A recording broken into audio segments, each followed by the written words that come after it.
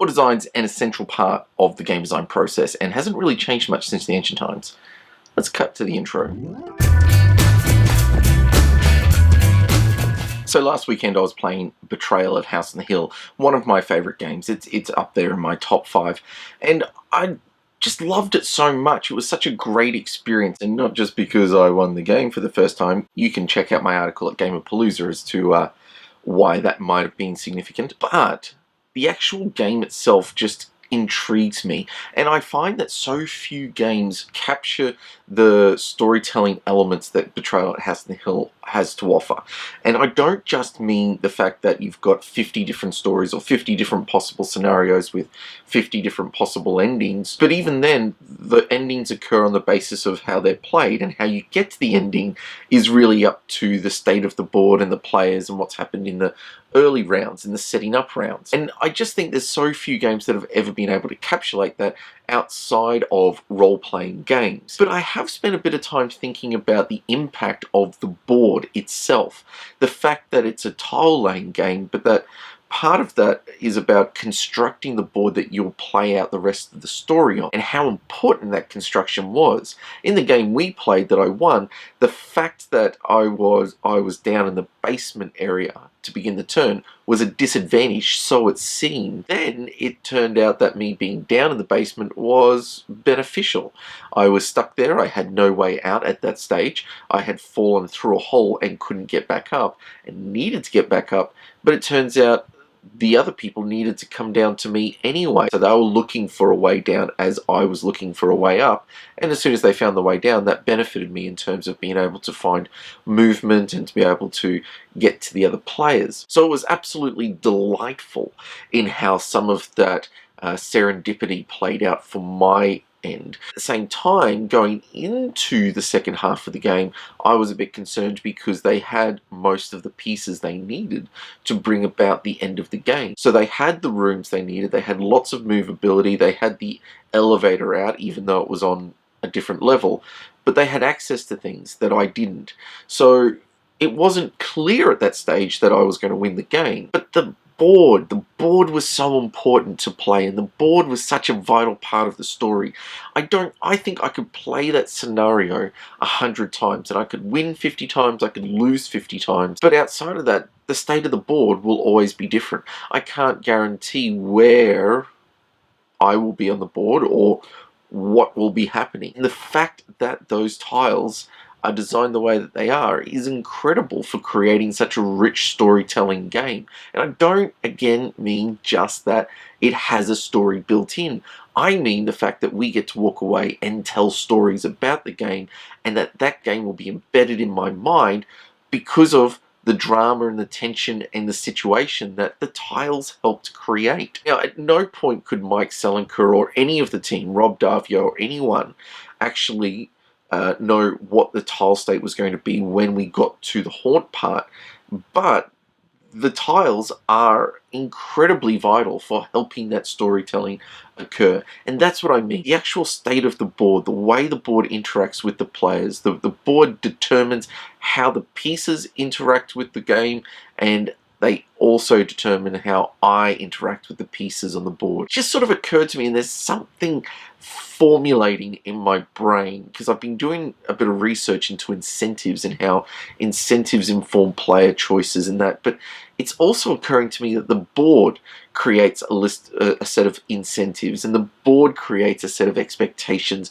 and determines how I interact with the game also. So I'm toying around with this idea of how important a board is to the actual game. Now, I know some games don't have boards. I just want to focus on the board element itself. I just want to start throwing around some ideas and try to define a little, because I've actually struggled to find a great deal of research that talks about the board itself or even classifies it. And classifying is really helpful for building discussion. Maybe I've started into a field or territory that has been covered and I just haven't discovered it yet, and I'm not sure. And in which case, if you're out there and you do know, please let me know in the comments below. However, if you're on this process of discovery with me, then I'd love to hear your thoughts also. What I've come down to so far in my thinking is thinking about 3 different types of boards. And the first one we're going to look at is the classic one, the static board. And of course, I'm making these terms up for myself. So static boards, board states we know the board doesn't change. We know the board is always going to be the same, and in much respect, the board just dictates what the pieces can do. So let's look at a simple game like Pandemic, which it's hugely popular, but we know that there is a consistent board state and pieces will interact on the board, and it's more about what those pieces do than what the board is actually like. You have that consistency of knowing how far you are away from things, knowing how you can move around the board. It's always going to be the same. When we're looking at these static boards, I mean, these haven't really changed since ancient times. I mean, not in that big a sense. You start with games like chess, very early games, even Go, and we know it's about the pieces on the board and how the pieces interact. In chess, you've got 64 squares and you've got different classes of characters or pieces that you can move around, and they all have different moving styles. And the state of the game will change constantly. The restrictions of the board will help actually highlight some of the problems or the movement options that are available to you. So the board itself, just by its structure, its 64, its 8x8 structure, is actually contributing to the gameplay by creating boundaries and restrictions for pieces and what they can do. I can't move a piece off the board and then move it back on at any point. If I have to go off the board, then I can't make that move. It creates a restriction which I have to think around and utilize the actions of the pieces to try and overcome. It's part of the problem solving. In checkers, it's the same. Go, it's the same. The static board nature is just, it's there, and it's up to the interaction of the pieces on the board to create the gameplay and to work within the confines. And that doesn't even change when you get to games like Pandemic. So even though it's starting to use a map, the board itself is static, and it's up to me to utilize the best elements of the board that I can and move around within the confines of the board and its movement options to actually overcome the problems that are occurring on the board. So as the plagues, as the epidemics hit, as the pandemic starts to take hold, I am fighting against the pieces on the board and trying to utilize the static nature of the board to the best of my ability. Now, one game we would think that would fit into this really well would be Snakes and Ladders. We know that the pieces are on the board and they move along the board, but Snakes and Ladders actually offers us a bit of a difference. And I say that Snakes and Ladders is a bit of a traditional game, but it's not actually the original version of the game. It's a far older version of the game called, and I'm not, let's just admit, I'm going to get these names wrong because they are a lot of these ancient names from languages I don't know, and I've only ever read them. Liaya, I believe, is how one of the ways it's pronounced. It actually has a much bigger word that you can pronounce, but I'm not going to try. Liaya is, I'm so getting that wrong, very ancient game where you sort of fell victim to the fates. So it was going up and down the board, which is now we represent as Snakes and Ladders or Snakes and Shoots, whichever country you're in, is really the board impacting the pieces themselves. Even though it's a static board, the board doesn't change.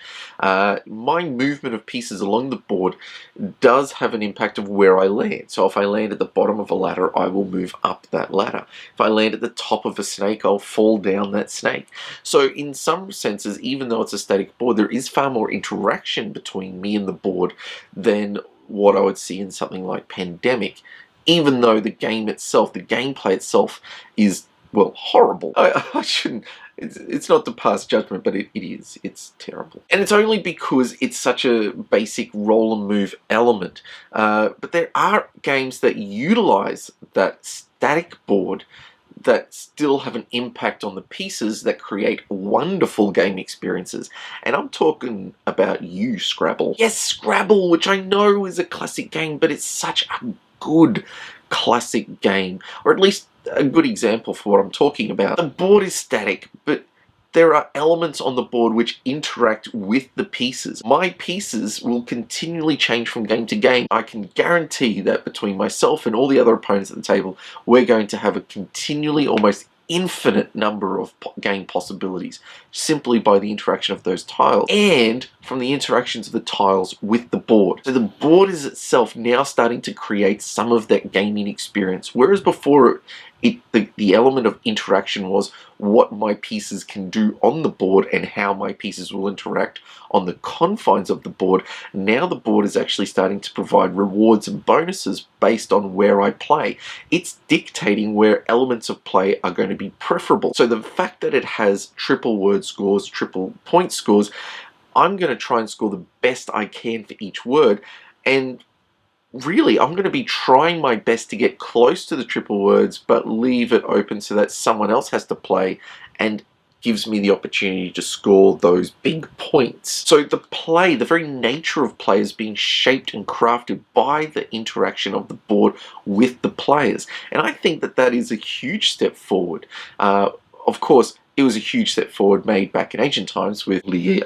I don't think I've said that the same way twice yet. However, I think it's a huge dynamic shift in the actual game state. And I think it starts to open up a bit of what we can do with the board. And I think it starts to add that element to the game design where the game designers can start to shape play a little bit more, start to interact with the players more and create more meaningful and interesting interaction. No longer does the board just create a confine for the pieces to act in.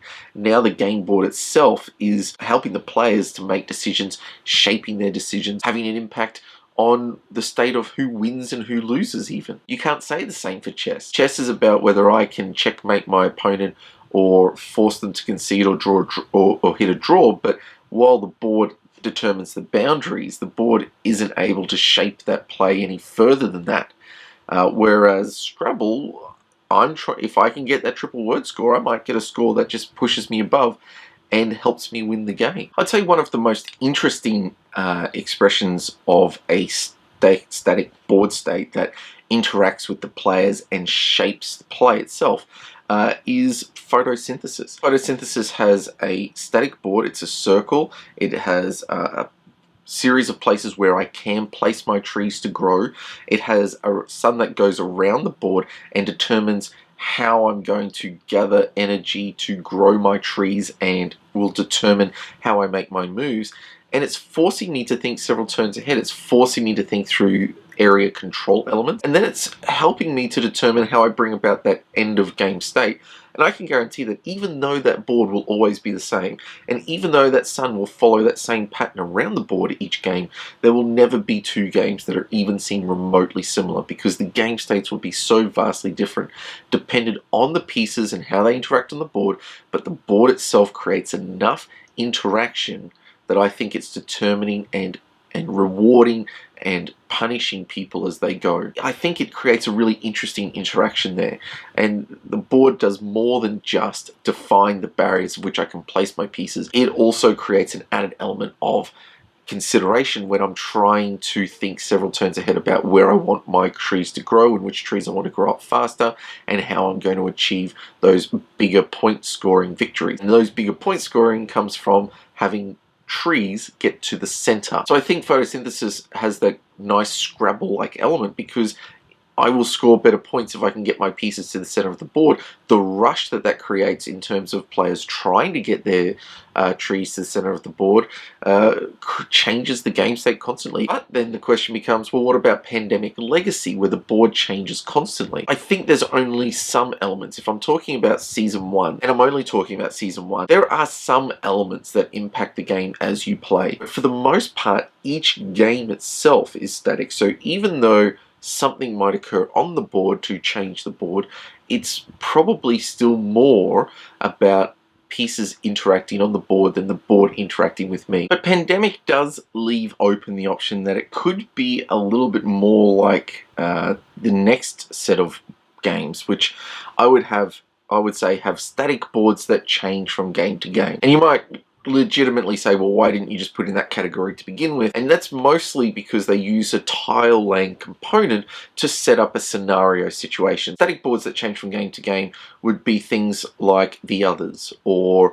Zombicide, where you take components and you can place them together differently, and on its own that one board won't change, but I can cause it to interact to create a different scenario and a different game state each game if I want it. It certainly doesn't have to be a story when you consider that this could also include games like Ghost Stories, Istanbul, or even the classic Catan. Yes, Catan, which really brought to the fore the whole European gaming scene. But it started with this tile laying element, which, although it's a static board for the game, each game can potentially be a different game because of the non-static nature of how the board works. Like, the setup is different, and that's really all I'm focusing on, is that the setup is different. Yes, it's tile laying.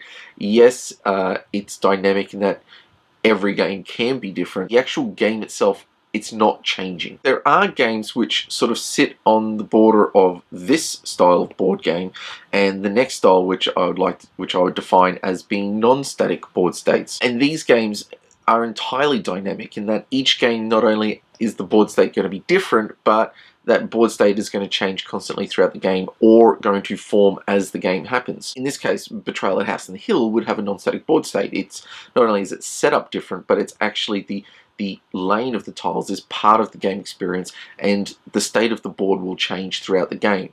Whereas the other tile laying games, the tiles are placed out and you've got the full exposure of the board without any changes throughout the game. Here, the game will change and shift, and play may change and shift on the basis of how the board is formed or how the board shifts. Challenge here is that there are a group of games which kind of don't fit neatly into either that I've been able to decide so far. So games like Room 25, which has a static setup in terms of you need to put certain tiles in certain places. It needs to be X-side board. There are rules for how the tiles shift and move around the board, but inevitably the state of the game will shift continually. The board will be entirely different by the end of the game than what it was at the start.